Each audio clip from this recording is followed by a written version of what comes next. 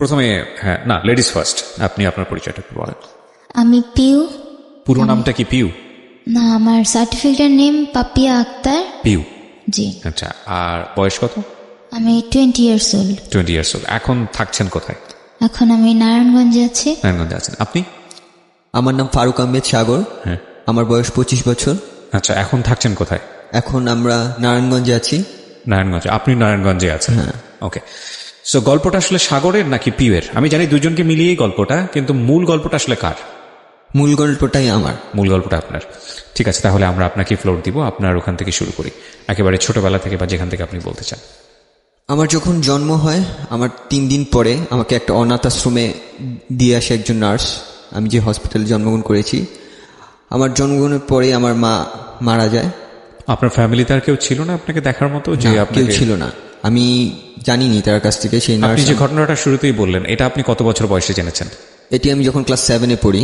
এটাকে আপনাকে ডেকে নিয়ে ফর্মালি বলা হয়েছিল? ডেকে নিয়ে ফর্মালি না, আমাকে যে নার্সটা দিয়ে এসেছিল তিনি একবার আসছিলেন আমার সাথে দেখা করতে, এসে পুরো গল্পটা বলেন। পুরো গল্পটা বলেন। আমি তাহলে 7-এর গল্প অনেক পরে যেতে চাই। আমি বরং আপনি যে পরিবেশে বড় হয়েছেন, আপনার ফার্স্ট মেমোরি যেটা, সেখান থেকে শুরু করতে চাই। যখন থেকে আমি বুঝতেছি তখন আমার সাথে অনেক ছেলে মেয়ে এখানে আছে আমার মতোই। আমাদের দেখাশোনার জন্য একজন মা আছে, তিনি আমাদের খুবই ভালোবাসতেন, আদর করতেন। ওই সময় আমাদের একটা স্কুল ছিল, আমরা স্কুলে ভর্তি হতাম, ওখান থেকে এখানে স্কুলে ভর্তি করে দিছে, ওখান থেকে আমি পড়াশোনা করি। তো আমার শুধুমাত্র স্কুলে যাওয়া আর আমার মায়ের কাছেই, এই ছাড়া আমি আর কোথাও বাইরে ঘুরতেও সুযোগ পেতাম না। কোথায় এটা? এটা হচ্ছে, আপনি নামটা বলতে চাচ্ছেন না প্রতিষ্ঠানের? ঠিক আছে, নামটা না বললেও সমস্যা নেই, হ্যাঁ বলুন। সেটা আমি যেটা বুঝতে পারছি প্রিয় শ্রোতা, কোন একটা অনাথ আশ্রমে ওরা দুজনই বড় হয়েছে, হয়তোবা, আমি গেস করছি। একজনের ক্ষেত্রে আমি কনফার্ম, যেটা হচ্ছে সাগর বলছিল। পিউয়ের ক্ষেত্রেও কি ঘটনা একই রকম? ওই আশ্রমে কি আপনি বড় হয়েছেন? আচ্ছা, তার মানে এরা দুজনই কোনো একটা আশ্রমে বড় হয়েছে। আমরা এই অনুষ্ঠানের স্বার্থে এবং একই সাথে তাদের মান সম্মানের স্বার্থে আমরা সেই আশ্রমের নামটা এখানে মেনশন করছি না, আমরা ঘটনাটা তুলে ধরতে চাই। হ্যাঁ বলুন। আমার স্কুল আর আমার আম্মু ছাড়া আমি কিছুই বুঝতাম না, যে কোথাও চলতে পারতাম না একা একা। স্কুলটা কি আশ্রমের ভিতরেই? না, আশ্রমের ভিতরে না, সেটা ছিল হচ্ছে মিরপুরে। মিরপুরে বাইরে? বাইরে ছিল, মানে 8-10 জনের মতোই স্কুলটা? 8-10। তো ওখানে গিয়ে কি একটু বুঝতে পারতেন যে আপনারা এবং বাকি যে ছেলেমেয়েরা আসে বাইরে থেকে, তাদের জীবনযাপন একটু আলাদা? না, ছোটবেলায় তখনও বুঝতে শিখিনি, কিছুই বুঝতাম না। কোন ক্লাসের গল্প এটা? এটা হচ্ছে আমি যখন কেজিতে পড়ি। কেজিতে, মানে একেবারেই না বোঝার বয়স? হ্যাঁ, কেজিতে পড়ি, তখন আমার আম্মু ছাড়া আমি কিছুই বুঝতাম না। তো আমি বাইরে কারোর সাথে কথাও বলতে পারতাম না ঠিক মতো। আর দেখা যেত আমি পড়াশোনা অনেক বেশি কাঁচা ছিলাম, তো আমি ঠিকমতো পড়াশোনা করতাম না। তো আমাকে দেখা যেত প্রায় সময় অনেকক্ষণ ধরে স্কুলে রেখে দিত, আর আমার আম্মু অনেকক্ষণ ধরে ওয়েট করতো আমার জন্য। তো এক পর্যায়ে আমার এরকম করে আমি বেড়ে উঠি। আম্মু আমাকে অনেকবার বুঝিয়েছে যে এখান থেকে তোমাকে একসময় বের হইতে হবে, এটাই তোমার একেবারে পার্মানেন্ট জায়গা না, তোমার এখান থেকে বের হতে হবে। তো তোমার এর জন্য তোমার পড়াশোনা করা খুবই বেশি জরুরি। তো তখন খালি দুষ্টুমি বুঝতাম, ছোট তো, পড়াশোনায় মনোযোগ ছিল না। তারপরে উনি ক্লাস 5 পর্যন্ত আমাকে দেখাশোনা করে, তারপর ওনার ক্যান্সার হয়। ক্যান্সার হওয়ার পর সে মারা যায়। ওই সময় আমি প্রচণ্ড কষ্ট পেয়েছিলাম যে আমাকে আদর করার আর কেউ নাই, বা আমাকে ভালোবাসার মতো কেউ নাই, একজনই ছিল। তো ওই সময় আমার আম্মু যেদিন মারা যায় তার আগের দিন আমাকে বলে গেছে যে যেখানেই থাকো ভালো থাকবা, আর কারোর সাথে কোনো দুষ্টুমি করবা না, আর পড়াশোনা ভালো করে করবা। তো আমি জানিও না যে আমার ক্যান্সার, তখন তো বুঝতামও না ঠিক মতো ক্যান্সার জিনিসটা কি। তারপর দিন আম্মু সকালবেলা উঠার পরে তাকে আর জীবিত পাইনি। আমি আম্মুর পাশেই ঘুমাই রাতের বেলা। জাস্ট এতটুকু মনে আছে, আমার ঘুম থেকে ওঠার সময় আম্মু আমার মাথায় হাত বুলিয়ে দিছে, এতটুকু যে আমি ঘুম থেকে উঠে গেছি রাতের বেলা। তো ওই সময় সে হাত বুলিয়ে দিছে। মানে কি উনি আশ্রমেই থাকতো? ওখানেই থাকতো? আশ্রমে, তিনি আমাকে দেখাশোনা করতো। আচ্ছা, তো আপনার মতো আর মা বলতাম। কতজনকে এরকম দেখাশোনা করতো? ওখানে অনেকগুলা ঘর ছিল, একটা ঘরে 10 থেকে 12 জন করে ছিল। 10 থেকে 12 জনের একজন মা। তো উনি আমাকে রাতের বেলা মাথায় হাত বুলিয়ে ওই কথাটুকু বলছে। তো সকালবেলা আমি উঠে তাকে আর জীবিত পাইনি। তো আমি প্রচণ্ড কান্না করেছিলাম ওই সময়। আমার আম্মুর শেষ কথা ছিল যে তুমি পড়াশোনা করো। ওই সময় আমি বুঝতামও না কোনো কিছু। তারপরও আম্মুর শেষ কথা অনুযায়ী আমি 5-এ খুব খারাপ স্টুডেন্ট ছিলাম। তা আস্তে আস্তে আমি নিজেও পড়াশোনা করতাম। আমি আমার বন্ধুদের, আমার ম্যাডামদের সাহায্য নিলাম। যখন জানতে পারছে যে আমার মা মারা গেছে, তখন ম্যাডামরা আমাকে এক্সট্রা কেয়ার দেওয়া শুরু করলো। তো ওভাবে ম্যাডামদের ভালোবাসা, বন্ধুদের ভালোবাসা আমি আস্তে আস্তে পড়াশোনা করি। পড়াশোনা করতে করতে আমার অসুস্থ হয়ে যায়। আমি 3 মাস ঠিকমতো, আম্মু থাকতো, খাওয়াতো ঠিকমতো, আম্মু নাই, এখন খাওয়ার অনিয়ম হয়ে গেছে, আমি অসুস্থ হয়ে যাই। অসুস্থ হয়ে যাবে, আমি 3 মাস পুরো বেড রেস্ট, কোনো কিছু করতে পারি না। তো 3 মাস বেড রেস্টের সময় আমার যেদিন সুস্থ হই, সুস্থ হওয়ার পরে প্রথম যেদিন বের হয়েছি, তখন ভিতরেই আশ্রমের ভিতরে অনেকে খেলাধুলা করতেছিল। তো খেলাধুলার সময় আমার অসুস্থ শরীর, আমি ঘুম থেকে উঠছি, ওখানে যে দাঁড়িয়েছি, তো একটা তার যে কাপড় নাড়ে, যে তার আগে জিআই তার ছিল যেটা, সে তারটা সে আমার চোখের মধ্যে লাগে, বাম চোখে। হ্যাঁ, বাম চোখে। কেউ একজন খেলছিল, সেই চোখে লাগে। তো ও অবস্থায় আমার চোখে গেঁথে যায়, ওটা অনেক অনেক ব্লিডিং হয়। তো আমাকে ওইখান থেকে হসপিটালে নিয়ে যাওয়া হয় ওই দিন রাতের বেলা। আমার ওই সময় মনে নেই যে কতক্ষণ আমি অজ্ঞান ছিলাম। তো ওই সময় ওই দিনই আমার অপারেশন করা হয়। এটা হচ্ছে ধানমন্ডিতে অপারেশন করা হয়। তো ওখানে আমাদের নতুন একটা লেন্স লাগানো হয়। আমি ওই সময় দেখতে পেতাম। আমার ওষুধ কন্টিনিউ করতে বলতো, ওষুধ কন্টিনিউ করতাম। আমি এমনিতে 3 মাস অসুস্থ হয়ে গেলাম, আমি আরও 6 মাস বেড রেস্ট। আমার পড়াশোনা আর হলো না ওই বছর, আমাকে আর পড়াশোনা করার জন্য বললো না, আমি স্কুলে যেতে পারি না, পুরো 1 বছর আমি বেড রেস্ট। তো ওই সময় আমি বাসায় থেকে বাসায় পুরো বেড রেস্ট যেহেতু, আমাকে খালি বই পড়তাম, এভাবে করে বই পড়তে পড়তে। তো পরের যখন আমার চোখ একটু দেখতে পাই, ওই অবস্থায় আমার চশমা দিল, চশমা পরে আমি চলতেছি, ঠিকমতো কমফোর্টেবল না, আমি ঠিকমতো দেখতে পাচ্ছি না 2 চোখেই। আমি জানালাম ভিতরে যে আমার এই চোখে ভালো করে দেখা যাচ্ছে না, 2 চোখে আমি ঝাপসা দেখতেছি। তো তারা আবার একটা ডাক্তার দেখায়, তারা আরেকটা অপারেশন করে পরে আমি আমার ডান চোখটাতে পুরোপুরি দেখতে পাই এবং বাম চোখটা একেবারেই নষ্ট হয়ে যায়, ড্যামেজ, মানে এটা কখনোই ভালো হবে না। না, তারা ডাক্তার বলছিল যে তার 2 চোখের 1 চোখ ঠিক হবে। আমরা যদি 2 চোখে বাঁচাইতে চাই, তাহলে দেখা যাবে একটা সময় সে 2 চোখেই দেখতে পারবে না। ওকে ওকে। সো ডাক্তাররা এইভাবে তাদের বলে। তো তারা বলে যে আচ্ছা ঠিক আছে, ছেলের যেহেতু একটা চোখে প্রবলেম হয়েছে, তো আরেকটা চোখ যাতে ঠিক মতো থেকে যায়, সেই জন্য একটা চোখ বাঁচিয়ে দেয়। তো আমি আবার নতুন করে 5-এ ভর্তি হই। নতুন করে 5-এ ভর্তি হওয়ার পরে যে আমি ম্যাডামদের অনেক ভালোবাসা, যে কী পড়াইছে এরকম করে হেল্প করতো, আমার জন্য এক্সট্রা কেয়ার, আমার জন্য এক্সট্রা স্কুল। মানে আমি অনেক সময় আমি স্কুলে যেতে পারতাম না, স্কুলে ম্যাডামরা এসে আমাকে দেখাই দিত পড়াটা, আমার আশ্রমে এসে দেখা দিত যে এটা পড়বা, এটা পরীক্ষায় দিয়েছে। আমি শুধুমাত্র পরীক্ষায় অ্যাটেন্ড করতাম, এরপর পড়তাম না, কারণ আমার ধুলাবালি সহ্য হইতো না। ডাক্তার টোটালি নিষেধ করে দিয়েছে যে ধুলাবালিতে যেতে না। তো আমিও যেতাম না, আমার স্কুলেও যাওয়া বন্ধ। তো ওভাবে আমার ম্যাডাম এসে করে দিত। তো আমি ম্যাডাম যখন আমার প্রথম 2টা রেজাল্ট মোটামুটি হয়, তো আমি ম্যাডামদের কাছে আবদার করি, ম্যাডাম যে আমার বৃত্তি পরীক্ষা দিব, 5-এ বৃত্তি পরীক্ষা দিব। তো ম্যাডামরা না বলে যে বৃত্তি পরীক্ষা দিতে পারবে না, তোমার অসুস্থ, শরীরের কন্ডিশন ভালো না। আমি তারপরেও জোরাজোরি করি এবং আশ্রম থেকে আমাকে সুযোগ দেয় বৃত্তি পরীক্ষা দেওয়ার জন্য। তো আমি বৃত্তি পরীক্ষা দিই এবং খুব ভালোভাবে পাশ করি। তো এইভাবে যাওয়ার পরে 7-এ যখন উঠি, তখন আমার সাথে একজন নার্স দেখা করতে আসে। সে আমাকে প্রচণ্ড আদর করে, আমি তাকে চিনিও না, কখনো দেখিও নাই, বাট তার আমার প্রতি একটা আলাদা মমতা কাজ করতো, আলাদা মায়া কাজ করতো। তা আমার ভালো লাগতো যে আমার মার ভালোবাসার কথা মনে পড়তো, আমি একা একা কাঁদতাম রাতের বেলা, তার ভালোবাসার কথা মনে পড়তে। সে আমার সাথে অনেকবারই দেখা করতে আসে। তো আমার জন্য সে ফল মূল যা আছে মাঝে মাঝে কিনে নিয়ে আসতো। তা আমি আমার একটা স্বভাব ছিল যে আমি খেতে পারতাম না, একা খাওয়ার ছিল না, যেহেতু আমার সাথে আরও অনেক 10টা বাচ্চা এখানে মানুষ হচ্ছে, যাদের আমি ভাই বা যাদের আমি বোন বলে ডাকি, তাদের আমি দিয়ে দিতাম সবকিছু। যে দেখা গেছে যে আমাকে এই জিনিসটা দিছে, তো আমি খুব ছোট, তো আমার চেয়ে বড় বড় আছে, আমি ওদের কাছে দিয়ে দিতাম। তো ওরা আমাকে যখন খুশি ম্যানেজ করতো, যেহেতু আমার মা নাই তখন আমার বড় আপুরাই আমাকে মানুষ করছে যে কিভাবে কি করতে হয়, কিভাবে ভালো। তো 7-এর পরে ওই প্রতিষ্ঠানেরই আরেকটা জায়গায় আমাকে নিয়ে যাওয়া হয়, যেহেতু আমি 7-এ পড়ি, আমার বয়স 12-13 বছর। জি।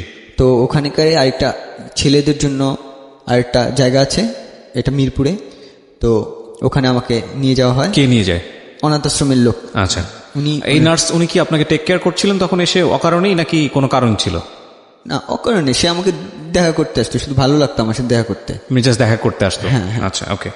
আগে অনেকবার দেখা করতে আসতো। তো আমি যখন ওখানে চলে যাওয়ার পর আমাদের ওখানে কোনো মহিলা অ্যালাউ করে না। আচ্ছা। যেখানে চলে যায় সেখানে, তারপরে আর আমাকে সাথে দেখা করতে পারেনি। সে অনেকবার দেখা করতে আসছে, তারপর পারেনি। তো ওখানে থেকে আমি বড় হচ্ছি। ওখানে খেলাধুলা, হোস্টেলের মতো ছিল ওটা, যে সব ছেলেরা, খাবার দাবার। আমরা কি করতাম, যে ওই হোস্টেলে থাকাকালীন আমার নিজেদের রান্না নিজেরাই করতাম। জি। এক সপ্তাহ আমাদের ওখানে 40 জন ছেলে ছিল, যে এক একটা সপ্তাহে আমরা 5-6 জন করে রান্না করতাম, নিজেরাই রান্না করে খাওয়া দাওয়া করতাম, নিজেরাই ঘর পরিষ্কার, নিজেরাই হোস্টেলটা পুরো পরিষ্কার করে রাখতাম। ওখানে দেখাশোনার জন্য আমাদের একটা ভাইয়া ছিল, যাকে আমরা ভাই বলে ডাকি। তো তিনি আমাদের টেক কেয়ার করতেন। তারপরে নার্স আমার সাথে দেখা করতো, আমাকে খুব স্নেহ করতো, খুব আদর করতো। তো উনি একসময় বলে যে এখানে আমার মা কে ছিলেন, আমার মার নাম ছিল হচ্ছে সেলিনা বেগম। তা আমি ওখানে যখন আশ্রমে যখন থাকি তখন আমাকে আমি হিন্দু হিসেবে ছোটবেলা থেকে মানুষ হয়ে আসছি। হিন্দু হিসেবে আমি জানি যে আমার ধর্মটা হিন্দু। আচ্ছা। তো উনি আমাকে বলে যে তুমি তো, তোমার মার নাম সেলিনা বেগম, আমাদেরও আছে, তোমার বাবার নাম হিন্দু দ্বারা। তো আমি তো বললাম যে আমি তো ছোটবেলা থেকে হিন্দু ঘরে মানুষ হয়েছি, আমি তো জানি আমি হিন্দু ধর্ম। বলে না, তোমার মার নাম এই যে সেলিনা বেগম এবং বাবার নাম জয়নাল আবেদিন। তখন তার কোনো সুযোগও ছিল না, আমার কি দেখাশোনার মতো কেউ ছিল না বলে সে হিন্দু ঘরেই শুধুমাত্র লোক নিবে, তো সেই জন্য আমাকে হিন্দু ঘরে দিয়ে আসে। আচ্ছা আচ্ছা। হিন্দু ঘরে দিয়ে এসে যে ছোটবেলা থেকে মানুষ হোক, তারপরে বড় হইলে সে তার ধর্ম যদি চেঞ্জ করতে চায় চেঞ্জ করবে। হিন্দু ঘরটা কে দেয় আপনাকে? আশ্রম থেকে দেয়? আশ্রম থেকে না, সে নার্স দিয়েছে। দেখাশোনার লোক ছিল না বলে আপনাকে এভাবে দিয়ে আসা হয়? দেখাশোনার লোক ছিল না বলে আমাকে হিন্দু ঘরে দিয়েছে। আমি ছোটবেলা থেকে জানি আমি হিন্দু ধর্মে, বাট তখন আমি জানার পরে আমি খুব অবাক হয়ে যাই। আর আমার কাছে এতটুকু মনে হয় যে আমি যখন হিন্দু ধর্ম গ্রহণ ছিলাম ছোটবেলা থেকে, বাট হিন্দু ধর্মের যেসব রীতি রেওয়াজ সেসব আমি মানতাম না বা মানতে চাইতাম না। আমার ভালো লাগতো, ইসলাম ধর্ম ভালো লাগতো, কারণ আমার বেশিরভাগ বন্ধু বান্ধবী ইসলাম ধর্ম।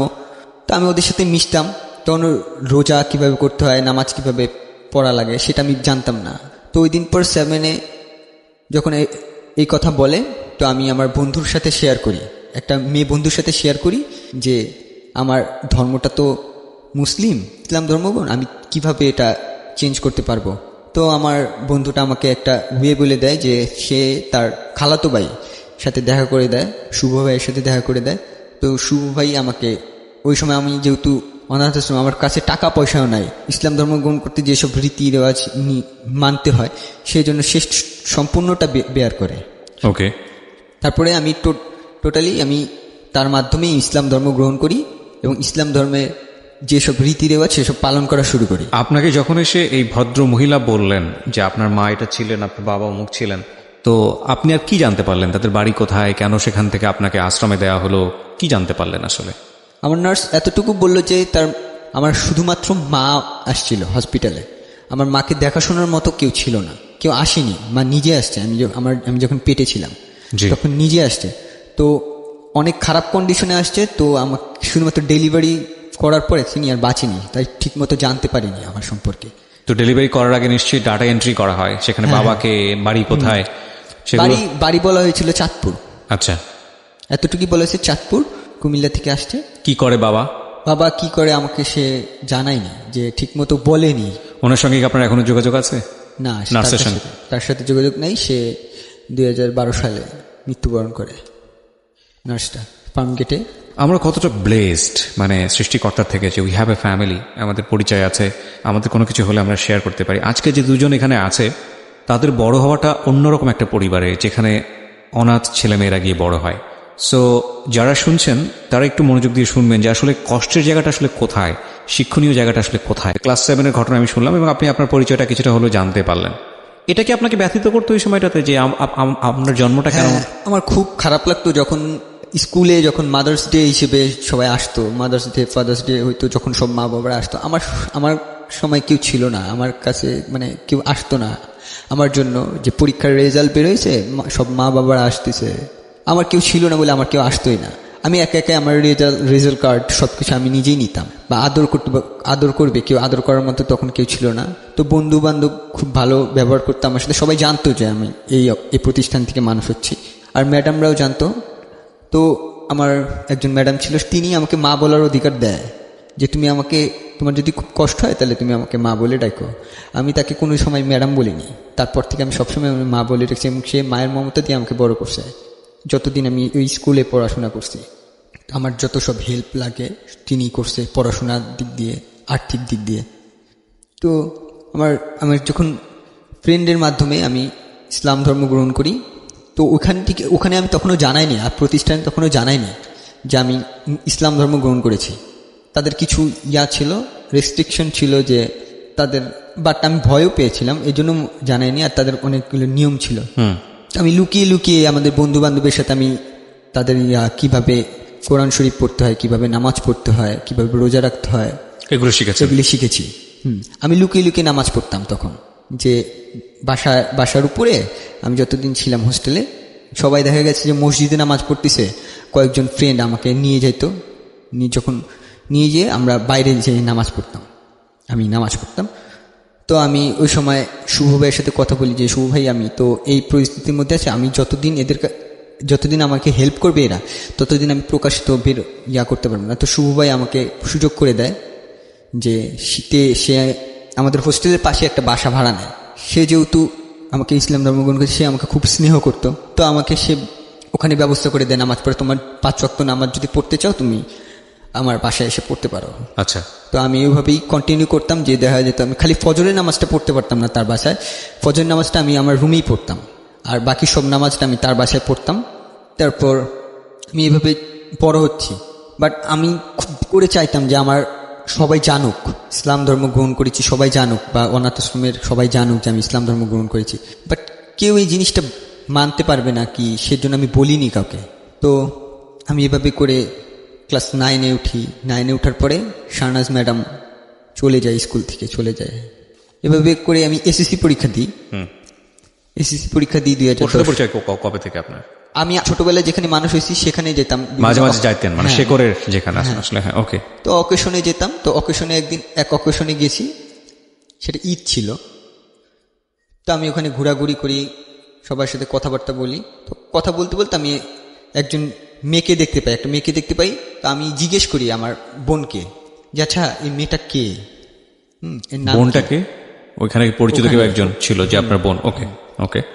জিজ্ঞেস করি যে এই মেয়েটা কে, নাম কি, কোন ঘরে থাকে?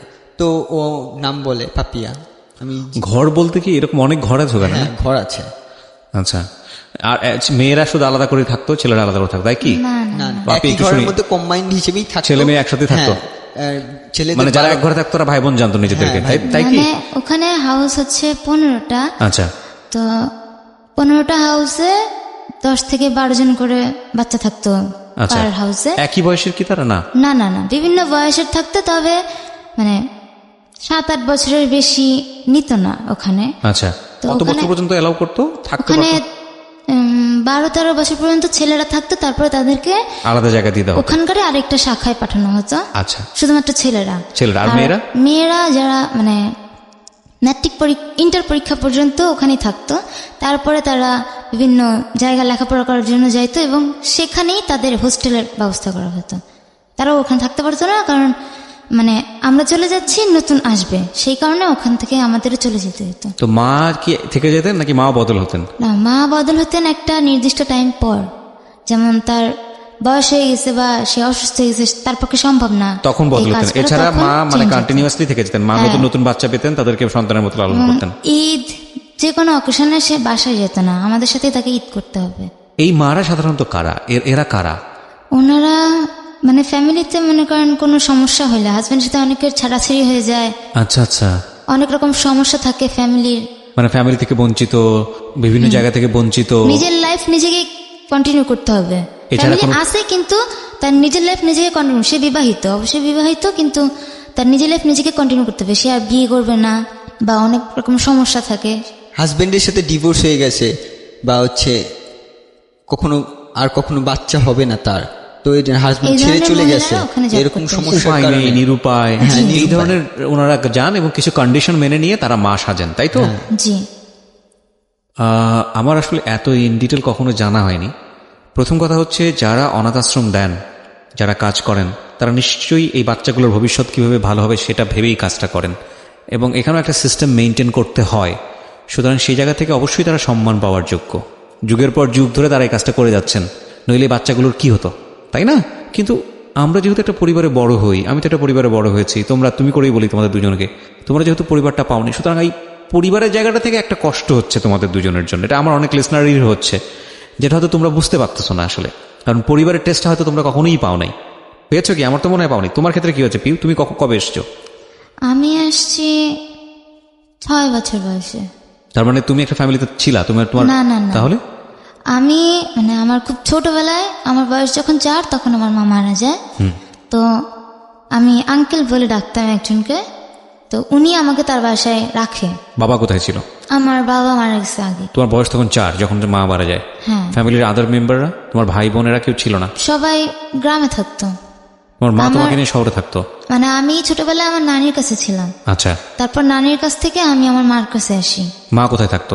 আমার মা থাকতো ফরিদপুরে। ফরিদপুরে কোথায় থাকতো? মানে কার কাছে থাকতো? আমার মা ফরিদপুরে, আমি ঠিক জানি না, এখনো পর্যন্ত কোনো খোঁজ খবর পাইনি। তুমি তোমার মার কাছে থাকতে তুমি জানো না? আমি ঠিক বুঝলাম না। মানে তুমি এমন কিছু কি আছে যেটা গোপন করতে চাচ্ছ? এরকম না, কিছু? না, না, আমি এটা জানতে পারছি অনেক পরে। না, তুমি তোমার মার কাছে যখন ছিলে তখন তোমার মা কি করতো? মা ফরিদপুরে কি করতো? কার কাছে থাকতো? আমি বুঝাই বলি বিষয়টা। হ্যাঁ। আমি যখন অনাথ আশ্রমে আসলাম, তো তখনও আমি একটু বোকা টোকা টাইপের মানুষ। আমি সবার সাথে অনাথ আশ্রমে আসার আগে তো একটা ঘটনা আছে। আসার আগেরটা আমি নিজেও ঠিকভাবে জানি না। কত বছর বয়সে আসো তুমি? আমি 6 বছর বয়সে আসছি। 6 বছর আসলে তো তোমার নিশ্চয়ই সেন্স থাকার কথা, তুমি কোথা থেকে কোথায় আসতেছো। না, আমার একটা সমস্যা আছে, আমি ঠিক মনে রাখতে পারি না। তো আমি যখন আসার পরে আমি বছরের শেষের দিকে আসি, কোন একটা ইয়ারে নভেম্বর মাসে আসি।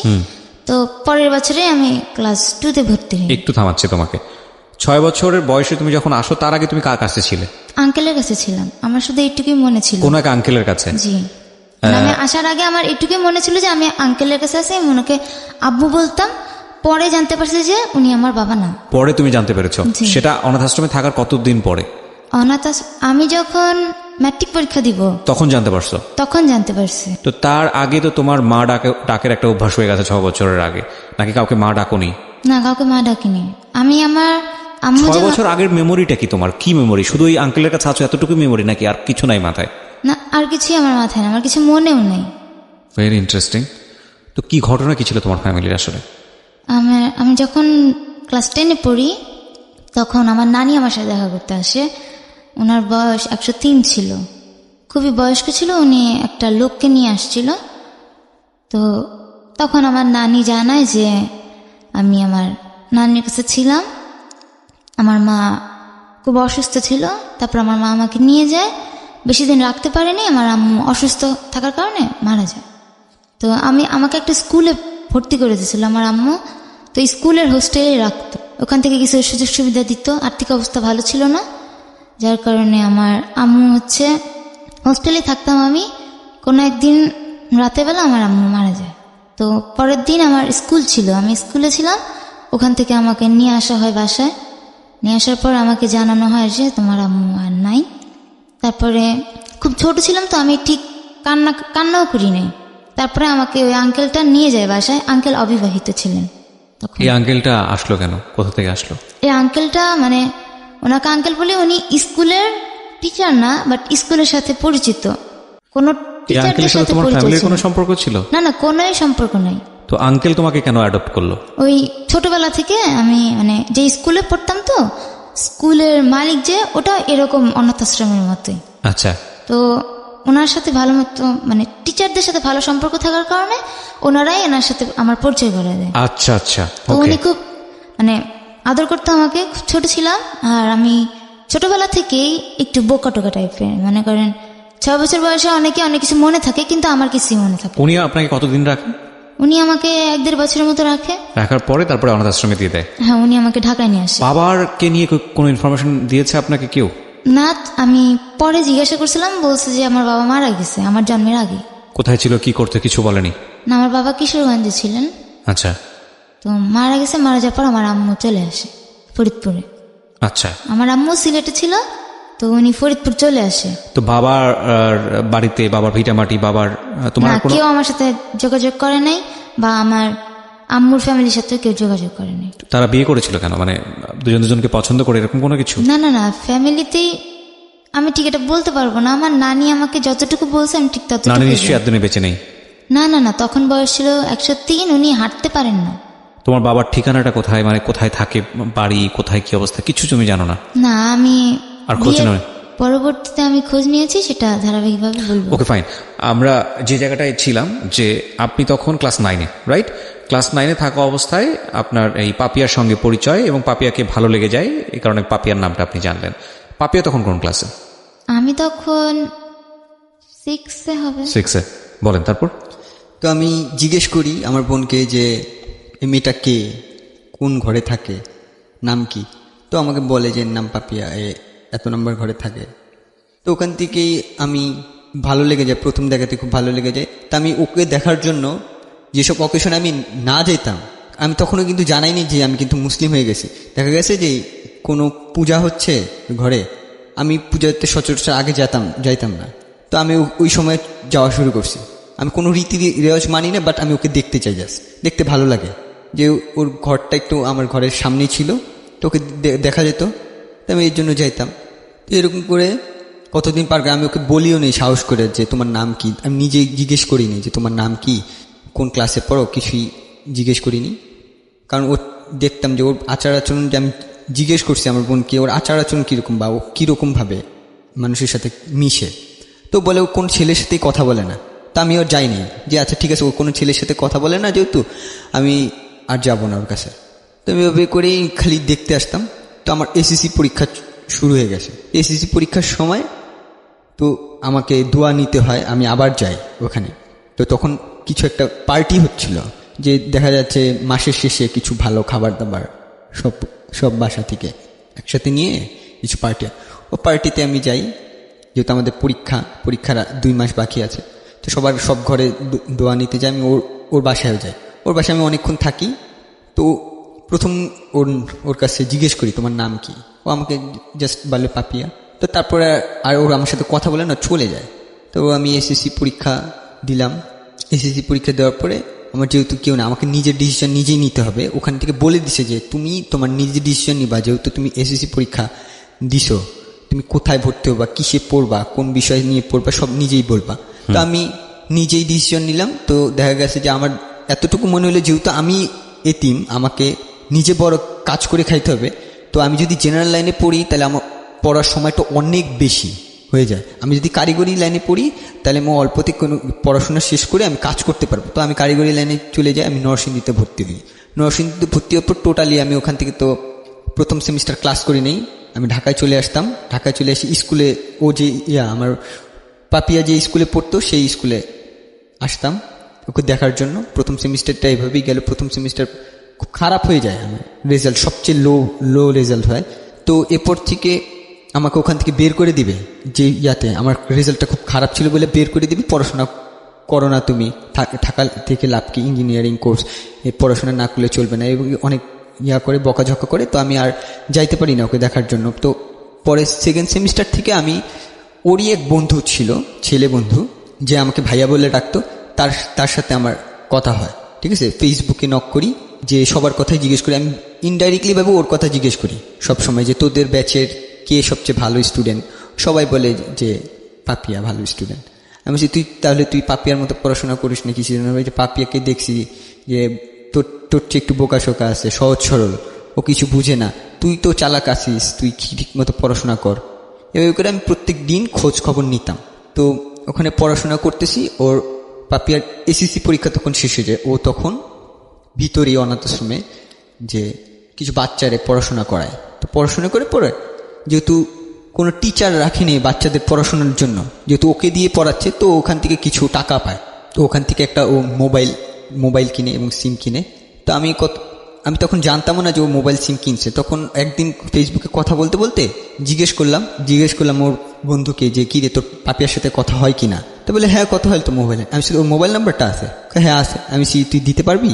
তো অনেক বারণ করে যে না এটা দেওয়া যাবে না, এই সমস্যা আছে সেই সমস্যা দেখায়। আমি তারপর অনেক ম্যানেজ করে নাম্বারটা নেই পাপিয়ার। তো পাপিয়ার নাম্বার আমি নেওয়ার পরে আমি ওকে ফোন দিতে পারছি না, ভয় পাচ্ছি যে ও আমার ফোনটা ধরবে কিনা বা ধরলে বলে দিবে। কারণ ওখানে একটা নিয়ম ছিল যে ভিতরে কোনো ছেলে বা মেয়ে কখনো রিলেশন করতে পারবে না।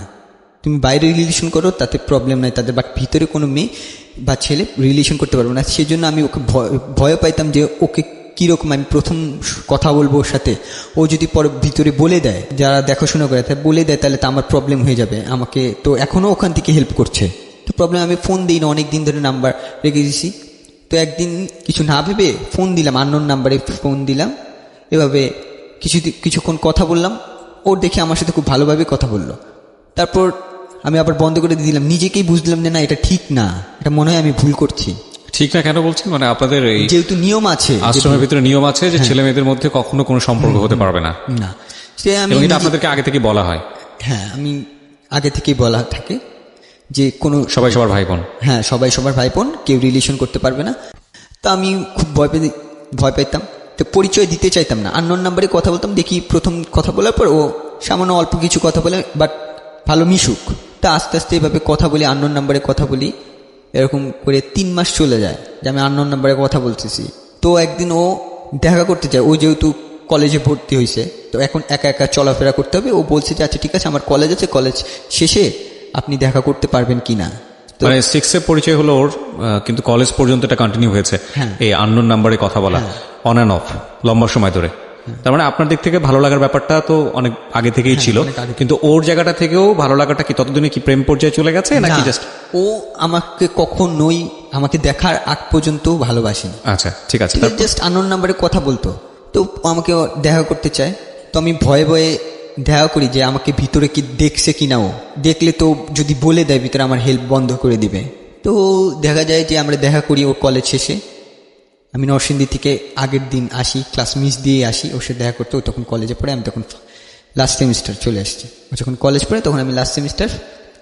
তো দেখা করতে আসি, দেখি প্রথম দিনও আমাকে চিনতে পারেনি যে আমি যেটা বলছি সেটাই বিশ্বাস করছে। প্রথম দিন চিনতে পারেনি, এভাবে করে কথা বলতেছি, দেখা করতেছি, মাঝে মাঝে দেখা করতেছি। তো আমি ও কী করলাম যে নরসিংদীতে না থেকে আমি একবার ঢাকায় চলে আসছি। ঢাকা থেকে এসে যে আমি লাস্ট সেমিস্টার পড়াশোনা করব।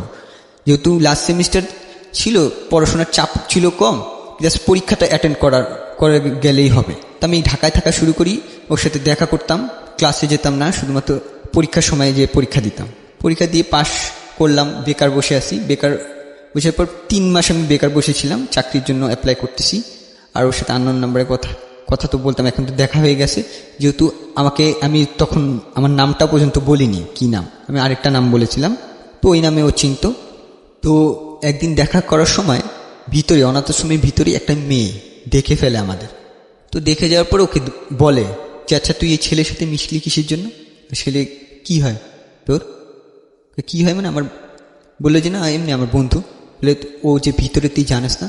আমি বললাম যে না। ও বলে যে না আমি তো জানি না, আমি কখনো দেখিনি, কারণ বাসা থেকে খুব কম বের হতো, দেখেইনি। তো যখন জানতে পারলো, ওই প্রথম আমাকে জানতে পারলো যে আমি অনাথ আশ্রমে থাকি, মানে ওই একই অনাথ আশ্রমে থাকি। তো আমাকে জিজ্ঞেস করলো ওই দিন রাতের বেলা ফোন দিয়ে, আচ্ছা তুমি কি অনাথ আশ্রমে ছিলা? আমি যখন দেখছি না ঠিক আছে, যখন জেনে ফেলছে তখন আমি আর মিথ্যা বলিনি, আমি বলছি হ্যাঁ আমি এখানে ছিলাম। ততদিনে কি মানে দুজনের মধ্যে সম্পর্কটা কি ভালোবাসার সম্পর্ক দাঁড়িয়ে গেছে? আমি শুধু ভালোবাসতাম, ও তখনও ভালোবাসি। আচ্ছা, তখনই আমার সাথে জাস্ট বন্ধুত্ব সম্পর্ক। তো আমাকে জিজ্ঞেস করলো তো যে অনাথ আশ্রমে কি? আমি বললাম হ্যাঁ আমি অনাথ আশ্রম। তো তখন কি করলো যে কথা বলাটা প্রায় ছেড়েই দিবে এই অবস্থা, যে ঠিক আছে যেহেতু এত প্রবলেম দেখে ফেলছে, যে তুমি আমাকে আগে বলো না, তুমি আমার সাথে মিথ্যা কথা বলছো, ছেড়ে দিবি। তো আমি আর ডিস্টার্ব করতাম না, মাঝে মাঝে ফোন দিতাম, দেখতাম যে ফোন রিং উঠে না। যে এরকম করে 1 মাস আমি ফোন দিই, বাট ও কখনো উঠে না। 1 মাস পরে যখন আমি ফোন দিই, প্রথম আমার চাকরি হয়েছে, ওই দিন চাকরি প্রথম হয়েছে যে আমি একটা জব পেয়েছি অল্প স্যালারিতেই। তো ওই দিন আমি ওকে জাস্ট সুখবরটা জানানোর জন্য, ওর সাথে কথা বলার জন্য না, বা ওকে করার জন্য না, জাস্ট জানানোর জন্য যে এতদিন ধরে আমি কথা বলতেছি তোমার সাথে, আমার একটা ভালো মুহূর্ত যাতে তুমি জানো, আমি ভালো মুহূর্ত জানানোর মতো কেউ তো নাই তুমি ছাড়া, আমি তোমার সাথে খুব ভালোভাবে মিশছি। তো এবার জানাইছি, ও খুব খুশি হয়ে যায় যে আমি চাইছিলাম যে তুমি একটা ভালো খবর দাও আমাকে। তো ওই সময় ও যার কাছে ছিল ওখানকার একটা বড় আপুর সাথে ওর একটু ঝামেলা হয়। তো মনোমালিন্য হওয়ার পরে যাকে ও মা বলতো, তো তার সাথে একটু খারাপ আচরণ হয়ে যায়। তো নানাভাবে ওকে টর্চার করতো। ওকে তো শারীরিক টর্চার করার মতো ছিল না, শারীরিক টর্চার করা যেত না, তো ওকে মানসিকভাবে নানা রকম টর্চার। ওখানে একদম নিষেধ আছে শারীরিক টর্চার করা? শারীরিক টর্চার নিষেধ নাই, ওর কন্ডিশনটাই এরকম যে ওকে যদি একটা আঘাত করে, যে সে আঘাতের দাগ অনেক দিন থাকবে এবং অনেক অসুস্থ হয়ে যায়। সেজন্য ওকে ছোটবেলা থেকে যেহেতু ওকে মানুষ করছে, তো সেহেতু সে শারীরিক টর্চারটা করতো না, মানসিক টর্চার করতো। যেমন হচ্ছে মনে করো প্রচুর পরিশ্রম করাচ্ছে, যেই কাজটা ওর দ্বারা হবে না সেই কাজটা করাচ্ছে, ও করছেও, কিন্তু কখনো না বলেনি ও করছে, বাট ওকে ঠিকমতো খাবার দিচ্ছে না বলতে যে ওর যেসব খেলে ওর অ্যালার্জি হয়, যেসব খেলে খেতে পারে না, সেই সব জিনিস ওকে বেশি করে দিচ্ছে। যে আবার কখনো দেখা গেছে যে 9টার সময় খাবার খাওয়ার সময়, যে 9টার সময়ও আসছে, এসে শুনে যে খাবার শেষ হয়ে গেছে। তো এইভাবে আমাকে বলতো যে এই কথাগুলা। তখন ওই 1 মাস পরে যখন আমি অফিস চাকরি পেলাম, তখন বলা হলো। তো আমি বললাম আচ্ছা ঠিক আছে, যেহেতু তোমার এই প্রবলেম হচ্ছে, তুমি আমার সাথে আসো, আমি তো এখানেই থাকি, একসাথেই থাকি, তুমি আমার সাথে বন্ধুত্ব সম্পর্কে রাখো। তো জাস্ট বন্ধুত্ব হিসেবে আমার সাথে দেখা করতে আসতো। আমি যেহেতু ওকে খাবার কষ্ট হচ্ছে, তা আমি তখন টিউশনি করা শুরু করছি এবং চাকরিও করি, টিউশনি করি। তো টিউশনির টাকা পাওয়ার পরে আমরা দুজন দুপুরবেলা লাঞ্চ করতাম, একসাথেই লাঞ্চ করতাম। যে আমার লাঞ্চ ব্রেক দিত, অফিসে ছুটি দিত, লাঞ্চ ব্রেক করতাম। আমার অফিসটা কলেজটা একসাথেই ছিল, যেহেতু কাছাকাছি ছিল। তো আমি যেতাম, যে আমরা লাঞ্চ করতাম। ও আমাকে বলতো যে আমি জানি যে এটার পরে আমি পরবর্তী তার খাবার আদৌ কি পাবো কি না সেটা জানি না। তো আমি করতাম, প্রত্যেক দিন দুপুরবেলা লাঞ্চ করতাম আমরা দুইজন একসাথে। তো ও একটা পর্যায়ে 3 মাস সময় লাগছে আমাকে, এতদিন পরে আমার এক মাস পরে যখন কথা বলছি, তারপরে আর 3 মাস সময় লাগছে আমাকে ভালোবাসতে। তো একদিন আমাকে বলে যে আমি তোমাকে ভালোবাসি, বাট এটা তো কেউ মানবে না, কিভাবে কি করবো আমরা দুজন। তো আমি তখন বলি যে আচ্ছা ঠিক আছে, মানবে কি মানবে না তখন দেখা যাবে পরে। তুমি একটা কাজ করো, আমার সাথে এরপর যখন দেখা করতে আসবা তখন মাস্ক পরে আসবা যাতে আমাদের কেউ না চিনতে পারে। তো ও যখন আমার সাথে দেখা করতে আসতো, তখন ও মাস্ক পরতো, আমিও মাস্ক পরতাম। তারপরেও একদিন যেখানে প্রজেক্ট ডাইরেক্টর যিনি ছিল, তিনি একদিন বের হওয়ার পর সে দেখে ফেলছে, আমাদের দুজনকে একসাথে দেখে ফেলছে। সে তখন কিছু বলে নাই। সে কোথায় বসতেন আপনারা? আমরা কখনো কখনো বসতাম যে কোনো পার্কে, অনাথ আশ্রমের আশেপাশে। অনাথ আশ্রমের পিছনে একটা মাঠ ছিল, আচ্ছা, সেই মাঠে কখনো বসতাম, আর কখনো যেতাম দূরে। একদিন এরকম করে রিক্সায় যেতে গিয়ে দেখে ফেলছে, তখন ওকে জানানো হয়নি, কিছুই জানি না, ও নর্মালি বাসায়। তখন দেখছি যে এমনিতে তো টর্চার হতো, মানসিক টর্চার, ওই সময় টর্চারটা আরো বেশি মাত্রায় বেড়ে যায় ওর প্রতি। ও আমাকে বলে আজকে আসার পর দেখছি যে আমার সাথে টর্চারের মাত্রাটা মনে হয় অনেক বেশি। যেমন দেখা গেছে যে আমার আলমারি যেখানে কাপড় চাপড় রাখতাম, সেই কাপড় চাপড় এলো মেলো উল্টা পাল্টা। তারপর দেখি যে বাসায় এসে আমি আসছি খাবার খেতে, যে খাবার খাবার নিয়ে বিরক্ত করছে, পরিশ্রমের কাজ করছে, ওর রুমটা এলোমেলো করে রাখছে, গুছাইলে রুমকে আলাদা রুম দেওয়া হতো প্রত্যেককে? মানে একটা রুমে 4 জন করে থাকতো, কোনো রুমে 3 জন। তো আমি যে রুমে থাকতাম, যাকে আম্মু বলতাম, উনি খুব ভালো মতো জানতো সবকিছু কি আম্মুই করে, না টেক কেয়ার করা, শাসন করা সবকিছু মা করে, নাকি তার উপরে কেউ এসে? তার উপরে আছে, উনি করে, ওনাকে গাইডলাইন দেয়, ওনাকে বলে দেয় যে এরকম ঝামেলা হচ্ছে, করা যাবে না, এটা এভাবে করবেন। বাট উনি সবকিছু করে, ওনার সাথে আমাদের কানেকশনটা বেশি। আচ্ছা। তো উনি খুব ভালো মতো জানতো যে আমি আমার রুমটায় নোংরা পছন্দ করি না, আমার কাপড় চোপড় মানে আলাদা করে রাখি আমি সবসময়। সবার সাথে এক বালতিতে কাপড় ধুইতেও আমি চাই না, মানে খুব নোংরা কাপড়, আমি সেখানে কাপড় ধুই না, অপেক্ষা করবো, একদিন অপেক্ষা করবো, তারপর আমি এখানে ধুবো না। তো উনি কি করতো, আমার কাপড় চোপড় নিয়ে ওই সবার সাথে নোংরা কাপড়ের সাথে চুপা দিত। আমি এসব পছন্দ করতাম না, কিন্তু আমি কখনো মুখেও বলতাম না যে এই কাজটা কেন করলা। মনে মনে ভাবি যে এটা বলবো, সামনে গিয়ে আর বলতে পারি না, মানসিক যন্ত্রণা হতো। হ্যাঁ, আমার নিজের উপর রাগ হতো, আমি বিভিন্ন রকম মানে নিজেই কন্ট্রোল করার জন্য বিভিন্ন রকম কাজ করতাম। মানে খাবার নিয়ে আমার হচ্ছে খাবার নিয়ে বেশি একটু সমস্যা হইতো। যেমন উনি জানতো যে আমি এই টাইমে খাবো এবং বিশেষ বিশেষ টাইমে আমি যদি ভারী খাবার না খাই আমি অসুস্থ হয়ে যাই। দেখা যায় হাঁটতে হাঁটতে পড়ে গেলাম, আমি কিন্তু সুস্থ, কোনো অসুখ হয় নাই, বাট হাঁটতে হাঁটতে আমি পড়ে যাব, 1-1.5 ঘন্টার মতো মনে করেন আমার কোনো জ্ঞান আসবে না, তারপরে আবার জ্ঞান আসবে কিন্তু আমি উইক হয়ে যাব, ঠিক মতো হাঁটতে পারতেছি না। আবার খাবারটা খাইলে একটু রেস্ট নেওয়ার পরে আমি আবার ঠিক হয়ে যাই। তো উনি ওই রকম কাজ করতো, মানসিক পেইন দিত আর কি। হ্যাঁ। ওকে, হ্যাঁ, তারপর কি হলো? তারপর উনি এক সময় যখন জিজ্ঞেস করলো যে আচ্ছা আপনি, ও শেষমেশ জিজ্ঞেস করলো যে ওনাকে যে আপনি আমার সাথে এরকম কেন করছেন, আমার সাথে আমি তো আপনার কোনো ক্ষতি করি নাই, আমার মতো তো আরও বাচ্চারা আছে, হ্যাঁ আমি তো আপনার সাথে ছোটোবেলা থেকে আছি, আপনি আমার সাথে হঠাৎ করে আপনি মানসিক যন্ত্রণা দিয়েছেন, ঠিক আছে, এখন মাত্রাটা আরও বেশি কেন বাড়াই দিয়েছেন? তখন সে বলে যে তুই তো ওই ছেলের সাথে কথা বলিস, ওই ছেলের সাথে ঘুরোস, তো এটা দেখে ফেলছে। তারপর থেকে ও যে কারো কাছে যাবে, সবার কাছে গেলে বলতে গেলে যে আচ্ছা আমাকে এই মানসিক যন্ত্রণা দিচ্ছে, তো তারা সবাই এক কথা বলে তোর দোষের কারণে হয়েছে, তুই ওই ছেলের সাথে রিলেশন করছিস, এর জন্য কেন মিশতে গেলি বা কেন কথা বলতে গেলি বা কেন মিশতে গেলি, কারো কাছে সাহায্যের জন্য ও পুরো একা হয়ে গেছে, পুরো একা হয়ে গেছে।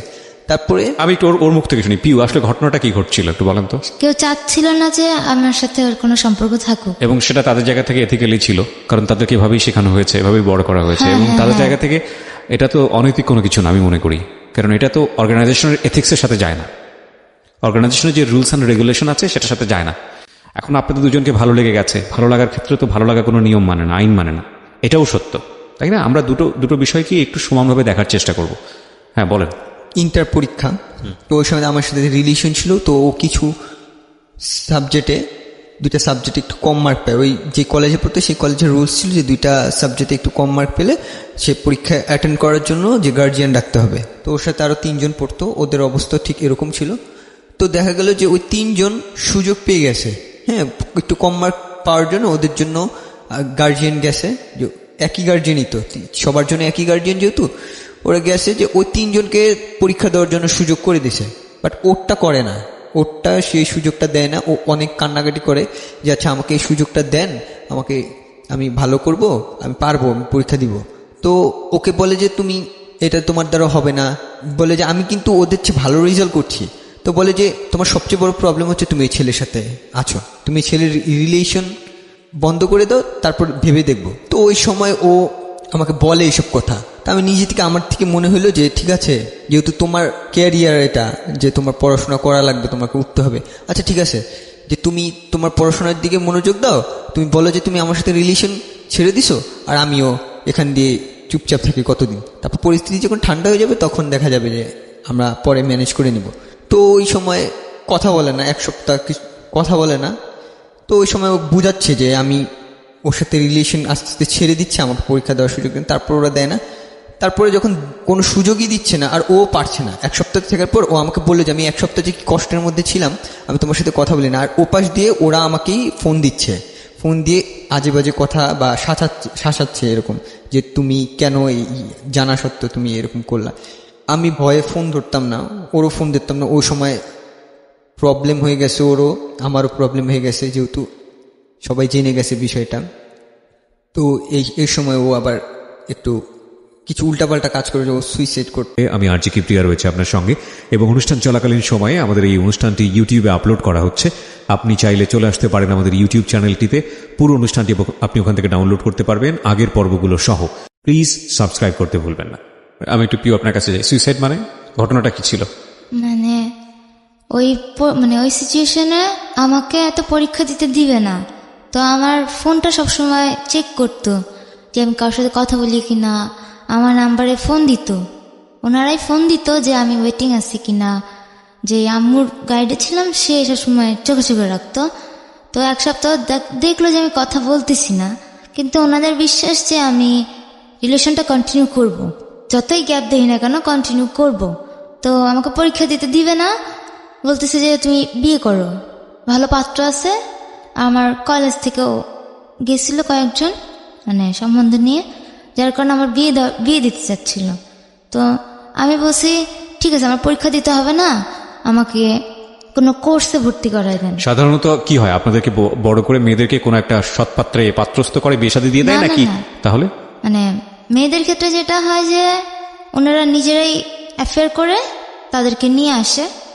কিন্তু এই আশ্রমের কোনো ছেলে হওয়া যাবে না? না, আশ্রমের ছেলে হওয়া যাবে না, কিন্তু যে কোনো অ্যাফেয়ার করতে পারে, কোনো সমস্যা নেই। আচ্ছা, কিন্তু আশ্রমের হওয়া যাবে না। Okay fine. তারপর তা আমাকে বললো যে তুমি বিয়ে করো। আমাকে ডাইরেক্টলি কেউ কিছু বলে না, যে কেন এটা করতেছো বা এইটার জন্য তোমাকে এটা করা হইলো, কিচ্ছু বলে না। কিন্তু আমার সাথে ওইরকম বাজে বিহেভ করে। তো আমাকে যখন বিয়ের জন্য খুব ফোর্স করতে লাগলো, তখন আমি বললাম যে আমাকে কোনো কোর্সে ভর্তি করায় দাও, আমি ওর সাথে যোগাযোগ করবো না। আমাকে সেলাইয়ের কোর্সে ভর্তি করে দিল, যে এখানে 3 মাস একটা কোর্স করব, কোর্স করার পরে আমার একটা চাকরি হবে গার্মেন্টসে। আমি সব থেকে ভালো স্টুডেন্ট ছিলাম আমার ব্যাচে, কিন্তু আমার শুরু থেকেই যতদূর লেখাপড়া করছি সবসময় আমার রেকর্ড ভালো ছিল, মানে ডিসিপ্লিনও ভালো ছিল এবং রেজাল্টও ভালো ছিল। কিন্তু আমাকে পরীক্ষা দিয়ে দেবে না, আমাকে গার্মেন্টস চাকরি করতে হবে। আর উনি খুব ভালো মতোই জানতো যে আমার দ্বারা এসব সম্ভব না। মানে আমি শুধু লেখাপড়াই করছি, খেলাধুলা অন্যান্য যেসব কাজ এসব আমি করতে পারি না। ভর্তি করে দিলে আমিও যাইতাম ক্লাসে, বেশ কিছুদিন প্রায় 1 মাসের মতো গেছি। ওই সময় আমাকে ক্লাসে যাচ্ছি, তারপরে ক্লাস থেকে যখন বাসায় আসতাম তখন আমার সাথে 1-1.5 ঘন্টা, প্রায় দিনই 1-1.5 ঘন্টা এসে কথা বলতো যে ভালো ছেলে আছে, বিয়ে করো, তোমার ফিউচারে এইটা হবে ওইটা হবে, কিন্তু পরীক্ষা দেওয়া যাবে না, বিয়েই করতে হবে এবং এখনই সেই বিয়েটা করতে হবে। বলে তুমি যদি চাও এই মাসেই বিয়েটা দিয়ে দিতে পারি আমরা, খুব ভালো ঘরের ছেলে, তুমি খুব ভালো থাকবা। কিন্তু আমি তো কাউকে বিয়ে করতে যাচ্ছি না, আমি চাচ্ছিলাম যেভাবে পরীক্ষাটা অন্তত দেই, কিন্তু পরীক্ষা দিতে দিচ্ছে না। সেই কারণে আমি এক পর্যায়ে মনে হয়েছিল যে দিবে না, শুধু শুধু আর কি করব, এত দূর লেখাপড়া করলাম, আমার ইচ্ছা ছিলাম পরীক্ষাটা দিই, নাহলে কোথাও লেখাপড়া করি। সেই কারণে আমি সুইসাইড করতে যাচ্ছিলাম। তো তুমি কি কোনো স্টেপ নিয়ে ফেলেছিলে সুইসাইড করার? রাইট, হ্যাঁ, বিভিন্ন রকম কাজ করতাম, ধরা খেয়ে যেতাম। যেমন আলমারির মধ্যে আসি, দেখা যেত অজ্ঞান হয়ে গেছি, বেশিক্ষণ থাকতে পারলাম না, অজ্ঞান হয়ে গেলাম।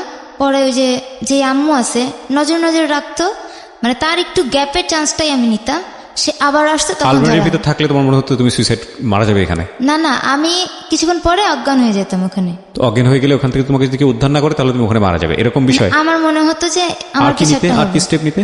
তারপরে আমি দোতলার বাসা, তো দোতলার যে সিঁড়িটা, ওখান থেকে লাফ দিলে মানে মুখে হাত পার অনেক ক্ষতি হবে, মানে খুব খারাপ অবস্থা হয়ে যাবে।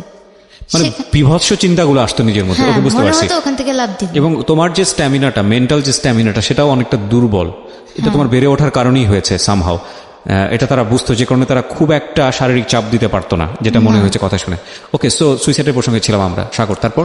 ও সুইসাইড করতে গেল, যে আমার সাথে এত প্রবলেমের পরে ও সুইসাইড করার পদক্ষেপ নিল। ও সুইসাইড করার আগে আমাকে ফোন দেয় যে আমি তো এই কাজ করে ফেলবো। আমি অনেক কষ্ট পাই, আমি 1 সপ্তাহ ওর সাথে কথা বলিনি। আমি তারপরও ওর বাসার পিছনে, তখন বৃষ্টি পড়ছিল, বাসার পিছনে আমি প্রায় 3 ঘন্টা ধরে দাঁড়িয়ে আছি যে তুমি কিছু করো না, আমি আসি, আমি তোমার সাথে থাকবো, যেমন করেই হোক, যেভাবে হোক, আমি তোমার সাথে রিলেশন কন্টিনিউ করবো, তুমি কিছু করো না, তুমি কিছু করলে আমিও কিছু করে ফেলবো।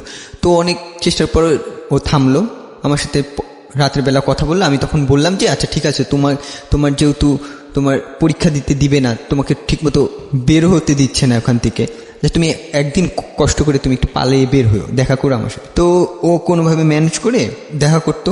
তো আমি তখন ওকে বলি যে আচ্ছা ঠিক আছে, শুনো, তোমার জামা কাপড়গুলা তুমি বের করে নিয়ে আসতে পারবা কোনোভাবে?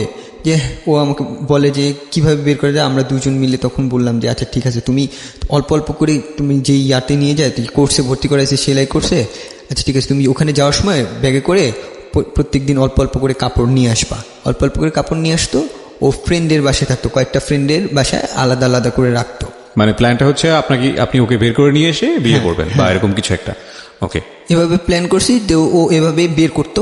যখন দেখা গেছে যে ওকে খাবারের কষ্ট দিচ্ছে আর জোর করে, ওরা কিন্তু নজর রাখতো, ওরা কিন্তু প্রায় বুঝে গিয়েছিল, ঠিক আছে, যে ও আমার সাথে রিলেশন এখন খুব ভালোভাবে আছে, কন্টিনিউ করতেছে, ও আমাকে ছাড়বে না। তো কি করলে আমাকে ফোন দিত, ও যখন ভিতরে থাকতো আমাকে ফোন দিত, ফোন দিয়ে গালিগালাজ করতো, তখন অনেক হুমকি দিত যে এই করব ওই করব, তোমার ক্যারিয়ার কিভাবে নষ্ট করা যায়, এভাবে করব। তো আমি যে প্রথম চাকরিটা পেয়েছিলাম সেই চাকরিটার রেফারেন্স কিন্তু তারা দিছিল তাদের জন্যই আমি ওই চাকরিটা পেয়ে গেছিলাম। তো আমি ভাবলাম যে আচ্ছা ঠিক আছে, আমি ওকে নিয়ে যেহেতু চলে যেতে চাচ্ছি, আমি যদি এখানে থাকি ওরা আমাদের তো ধরে ফেলবে, আর ওরা আমার চাকরিটা নিয়ে এমনও দেখা গেছে যে চাকরি থেকে তাদের যেহেতু চেনাশোনা, তাদের রেফারেন্সে তারা বাদ দিয়েও দিতে পারে। তো আমি কি করলাম যে আমি আরেকটা জায়গায় পরীক্ষা দিচ্ছি, আরেকটা চাকরির জন্য খুঁজছি। কিছুদিন খোঁজার পর আমি একটা চাকরি পেয়ে যাই, সেটা হচ্ছে নারায়ণগঞ্জ, আমি যেখানে এখন আছি সেখানে নারায়ণগঞ্জ আরেকটা প্রতিষ্ঠানে আমি চাকরি পেয়ে যাই। তো ওখানে আমি বাসাটা শিফট করে নিয়েছি। আমার বাসা বলতে তখন ছিল হচ্ছে মাত্র বেড আর হচ্ছে সামান্য কিছু জামা কাপড়, এই তো ওর জামা কাপড়ও বের করে নিয়ে আসে। তারপরে একদিন সময়টা দুপুরবেলায় ছিল, তো আমাকে বলে যে আচ্ছা ঠিক আছে, আমি কিন্তু সবকিছু বের করে ফেলছি, এখন আমি কি করব। আমি বললাম যে আচ্ছা আমি অফিসে আছি, আমি কালকে সকালবেলা আসবো, ভোরবেলায় তুমি একটা কাজ করো, তুমি ভোরবেলায় যেহেতু তুমি ইয়াতে যাবে, কোর্সে যাবে, যে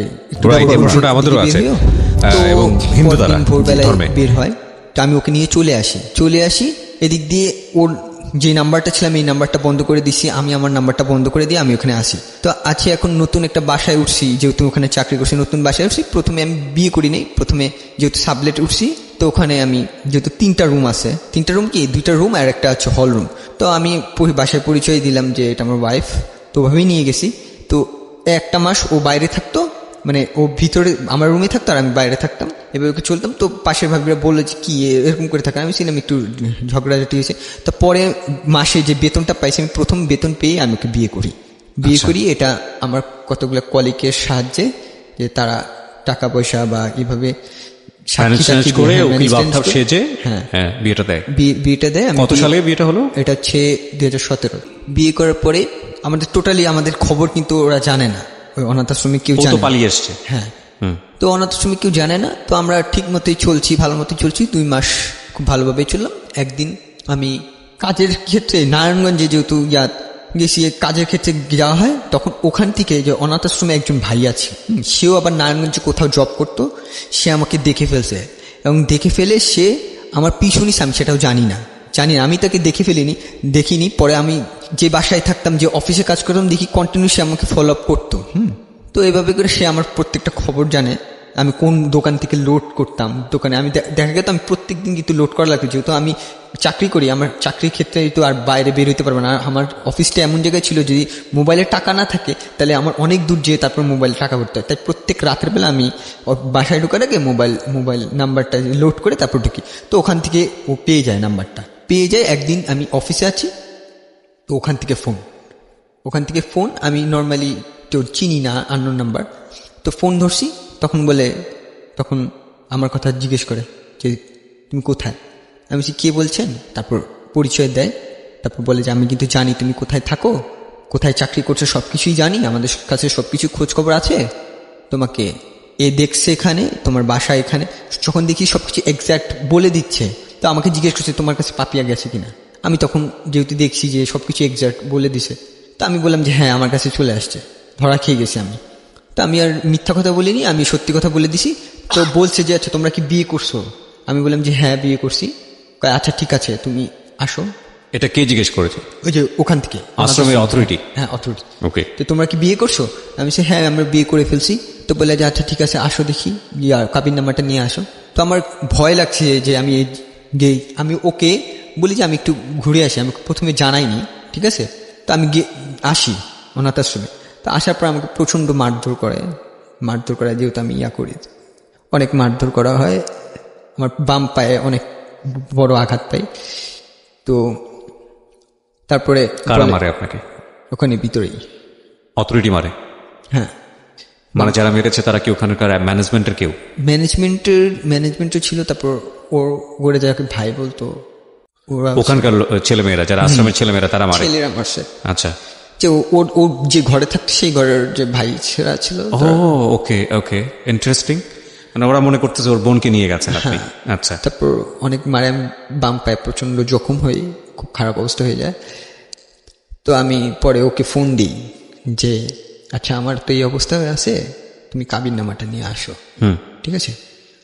তো ওই সময় জানতে পারি আমাকে পুলিশ কেসও করা শেষ আমার নামে। কেসও করছে, যেদিন ও পালিয়ে আসছে সেদিনই বলে কেস করছে। তো পুলিশ আসলেও আমাকে ভিতরেই আটকে রাখা হয়। তো ও তো নতুন গেছে ওখানে, ও কোথাও বাইরে টাইরে যায় না।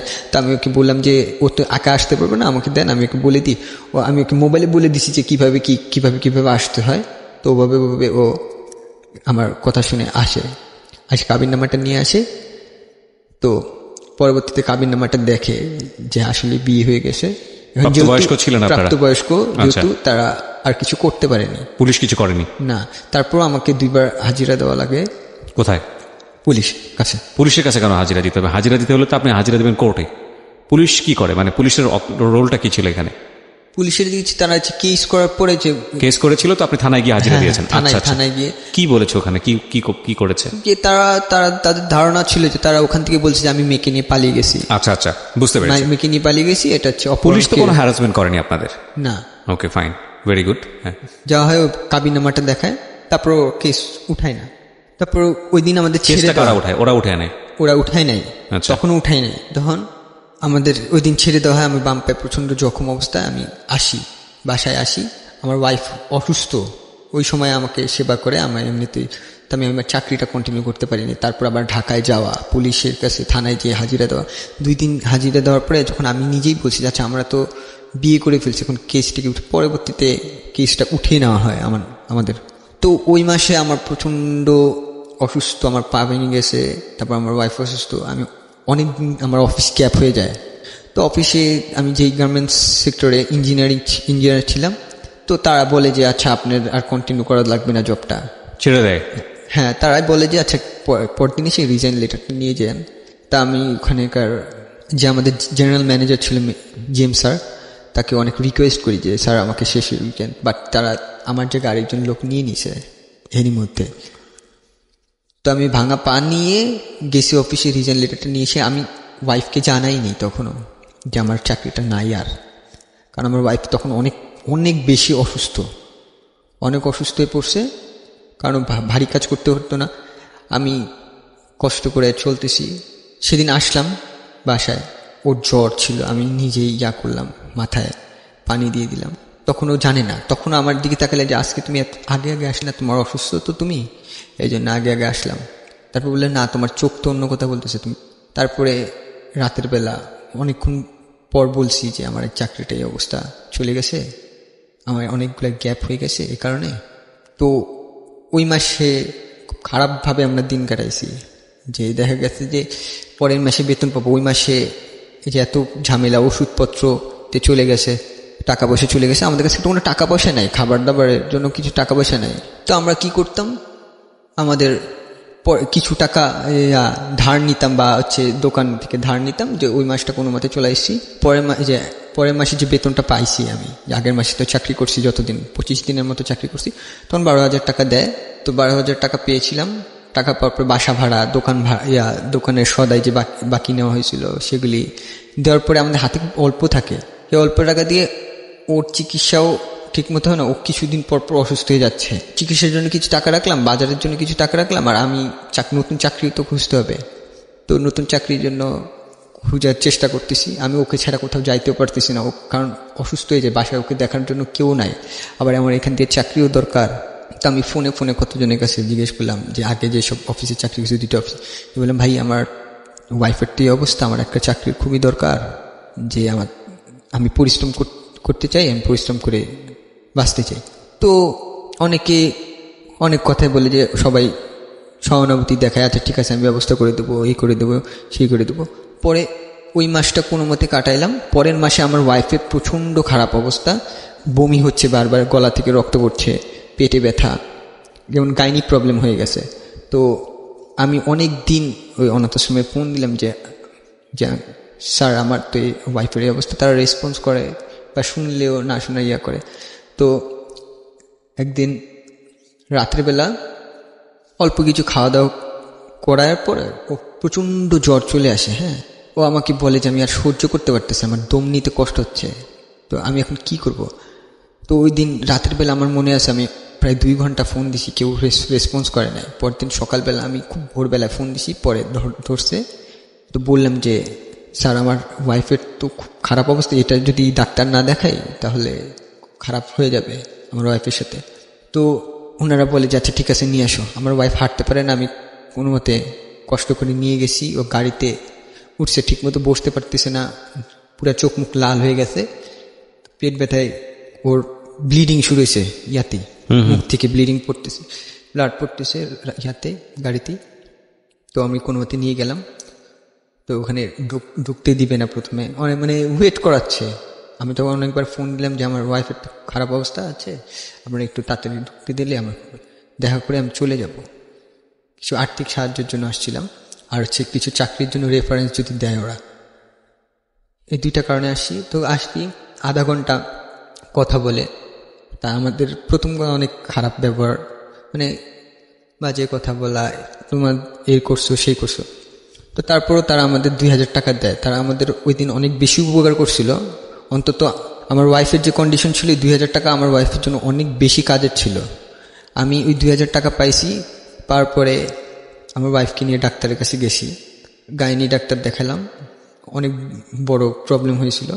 তো 1 মাসের ওষুধ লিখে দেয়। 1 মাসের ওষুধ কেনার টাকা ছিল না আমার কাছে যেহেতু। তো আমি 10-12 দিনের ওষুধ কিনি। ওষুধ কেনার পরে আর কিছু বাজার নিয়ে আসি, যে আচ্ছা ঠিক আছে, ওষুধ খেলে হবে না, বাজারও তো লাগবে। তো বাজার কিনে নিয়ে আসি। এভাবে করে মোটামুটি একটু সুস্থ, বা একটু কথা বলতে পারে, বা আগের মতো ব্যথা যন্ত্রণা করে না, বা রক্ত পড়াটা একটু কমে গেছে। তো তখন কি করলো, আমাদের যে ছিল, যে দোকানে আমরা সদাই নিতাম বা বাকি নিতাম, সে দোকানদার বলে আচ্ছা ঠিক আছে, আপনার তো চাকরি না, আপনি চাকরির কোনো ব্যবস্থা করতে পারবেন না, আপনি সদাই নেওয়া বন্ধ করে দিয়েছে। পুরো সদাই নেওয়া বন্ধ। আমার বাসা ভাড়া 1 মাসে দিছি, পরে বাকি হয়ে গেছে। ওই 1 মাস দিতে পারি না, আমি চাকরি পেলে একবারে দিব। তো ওইভাবে পুরো এপাশ দিয়ে আমাদের টর্চার শুরু করলো। আমার কিছু বাকি দিতে দিছে না, আমরা খাবো কীভাবে চলবো, কারণ আমার কাছে টাকা পয়সা তেমন ছিল না। তো আমি অনেকভাবে চেষ্টা করতেছি। অনেকে বলছে আচ্ছা ঠিক আছে, আসো তুমি আমার সাথে দেখা করো। দেখা করতে গেছি। আমি 3 ঘন্টা দাঁড়িয়ে আছি। 3 ঘন্টা দাঁড়িয়ে আছি, তখন শীতের সময়। 3 ঘন্টা দাঁড়িয়ে আছি। যেদিন আমার ইন্টারভিউর দিন, সেদিন ফোন দিয়ে জিজ্ঞেস করি যে ফোন দিই, কোনো রেসপন্স নাই, কোনো রেসপন্স করে না, ফোন ধরে না। এরকম করে অনেক জায়গায় আমি ঘুরছি। আমার তখনও পাটা কিন্তু ঠিকমতোভাবে সারে নেই। আমার পায়ে অনেক বড় একটা ক্ষত হয়ে গেছিলো। তখন আমি করেই চলছি। তো আমার ওয়াইফ এ পাশে বাসায় আসে, তো আমি আসতাম। আইসা এমন দিন গেছে যে ওই মাসে আমরা ভাতের মুখ দেখি নাই পর্যন্ত, ভাত খাই নাই। মনে পড়ে না আমার 30 দিনের মধ্যে আমরা কয়েকদিন ভাত খাইছি।